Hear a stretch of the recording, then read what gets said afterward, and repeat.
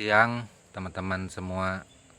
Kita ketemu lagi dengan Pugelol bersua setiap harinya di dalam konten tentang masalah Mandau serta lain-lainnya, dan juga beberapa kali yaitu tentang menempa bilah Mandau. Bilah Mandau ini berbagai macam, ada yang sebelah kiri, ada juga yang sebelah kanan, tergantung pemakaian kita semua. Namun itu tidak ada masalah, tetap saja mandau-mandau yang ada ini tergantung. Apabila kita pakai tangan kiri, maka kolongnya akan berada sebelah kanan. Apabila kita memakai mandau tangan kanan, maka kolongnya akan berada di sebelah kiri. Jadi seperti itulah mandau. Ada teman-teman yang bertanya, bahkan beberapa kali pertanyaan ini muncul, yaitu tentang fungsi daripada kolong. Sebenarnya agak sulit empu menjawabnya fungsi daripada kolong. Itu mungkin saudara kita lain lebih bisa menjawab atau menjelaskan hal tersebut secara detail. Yang saya ketahui, empu ketahui, setiap mandau yang asli mulai zaman tempo dulu, terutama kita pada suku Dayak Benua, mandau itu memang harus ada kolongnya. Kalau tidak ada kolongnya di dalam tradisi budaya suku kami, itu bukanlah mandau, tetapi dia termasuk dalam golongan parang. Jadi kalau parang tidak ada kolongnya. Itu kalau mandau itu pasti ada kolongnya. Terus mengulangi pertanyaan, apa sih fungsi daripada kolong tersebut? Pertanyaan yang sebenarnya juga bagus, kadang juga empu sulit menjawabnya. Sebenarnya pertanyaan ini sudah empu jawab beberapa kali di dalam konten YouTube empu yang ada. Mungkin bisa di scroll video empu hampir 350 lebih. Di sana dilihat ada jawaban tentang kolong satu persatu, dan juga mungkin jadi bagi kami suku Dayak Benua, semua mandau itu memang harus ada kolongnya. Mengapa harus ada kolong? Karena ketika kita memotong kayu, sumpamanya ini mandau, mohon maaf ini mandau belum jadi. Ini sudah terjadi pembuatan proses kolong. Itu kalau kita memotong pohon seperti ini, biasanya kalau mandau kanan, maka masuknya akan sangat dalam. Itu apalagi kalau mandaunya sangat tajam. Jadi kolong itu sangat berfungsi membantu di dalam kita melakukan pekerjaan, agar kita menimpas sesuatu atau memotong sesuatu dia tidak meleset atau tidak terkena kaki. Walau demikian, itu juga bisa terjadi. Kita memakai mandau, kalau lalai bisa terkena kaki hingga kaki terluka dan anggota tubuh lainnya. Jadi apalagi yang mandau tak ada kolongnya. Itu jadi kalau kami suku Dayak Benua itu sangatlah mustahil kalau mandau itu tak ada kolongnya. Kami rata-rata mandau ada kolongnya di dalam tradisi suku kami. Tadi teman-teman bisa juga mencoba yang mana mandau ada kolongnya dan mandau yang tidak ada kolongnya. Itu dibawa potong kayu, dari kayu yang kecil sebesar yang kelingking sampai kategori kayu sebesar betis. Dipotong aja kayu, jadi akan tahu perbedaannya di mana.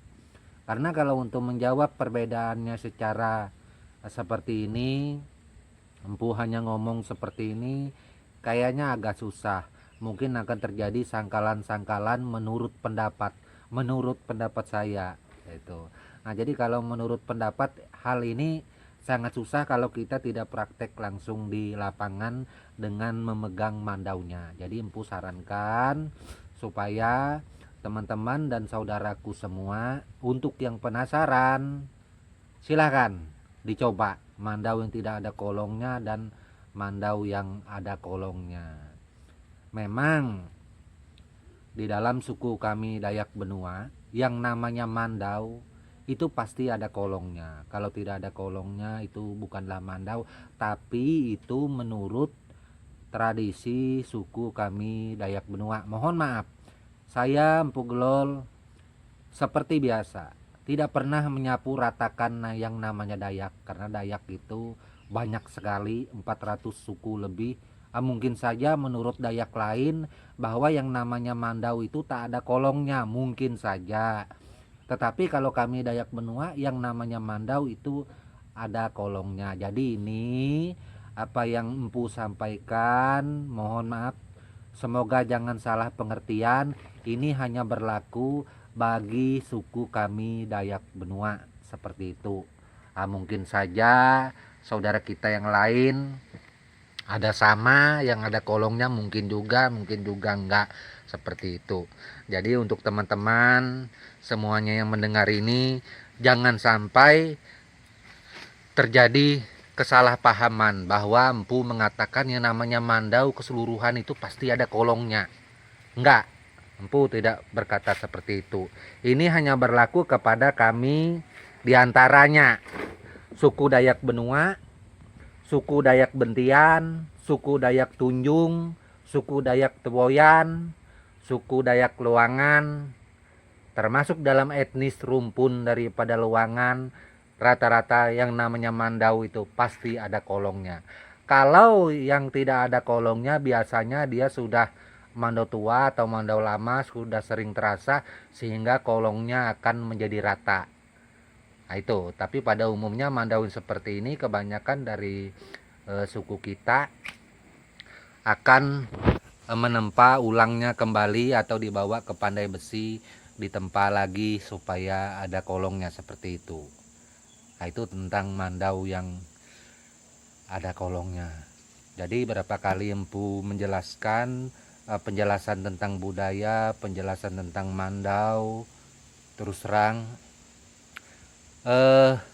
konten yang saya buat, Empu Gelol buat, adalah konten yang spesifik mengarah kepada arah satu suku benua atau ke arah paling enggak kita rumpun Luangan saja.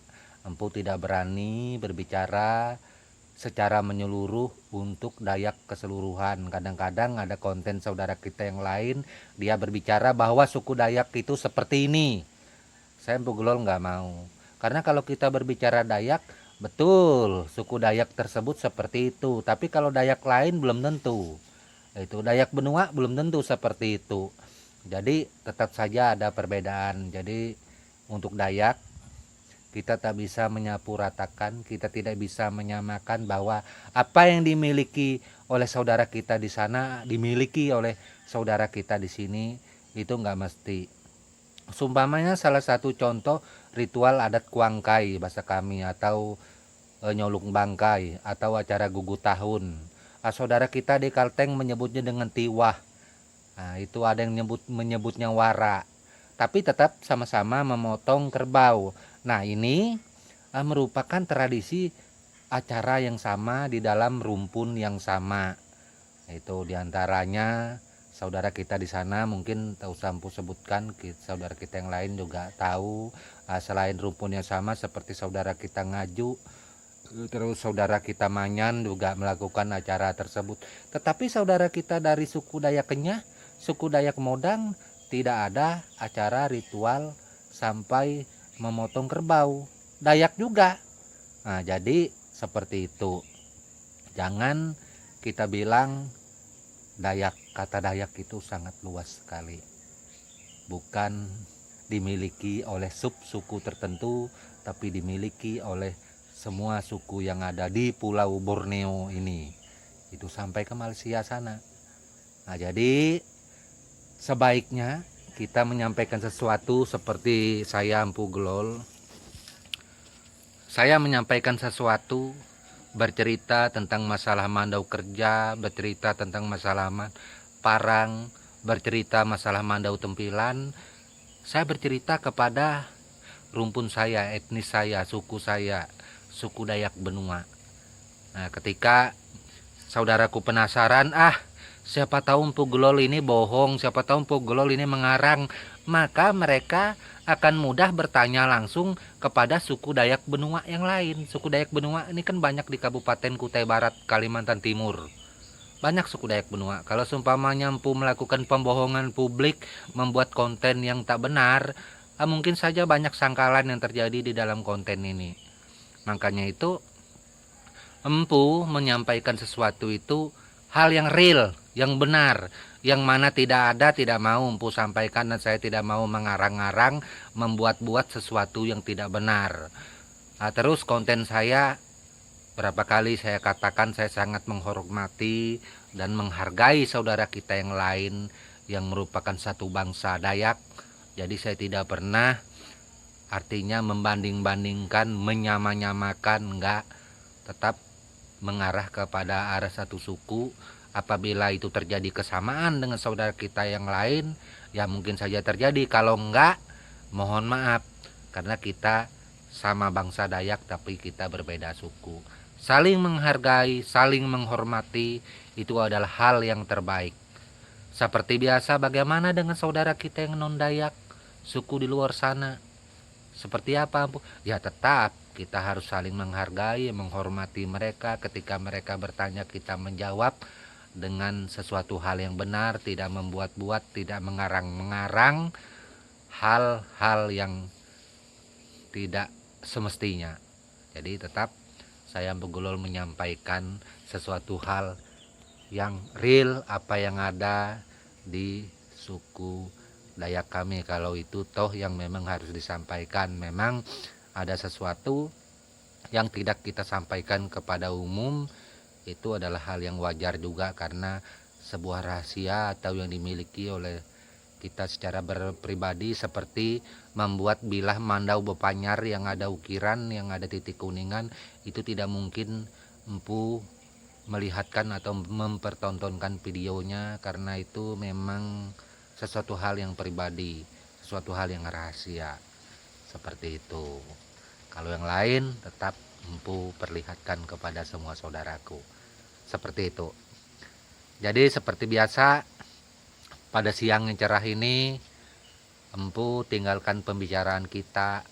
Mohon segala hormat semua saudaraku, suku apa saja di Dayak maupun bukan Dayak, Empu menghormatinya. Tahu lupa, saya Empu Gelol mohon maaf kalau ada kata yang salah, serta Empu ucapkan salam budaya untuk kita semua dan tabe selalu, amin.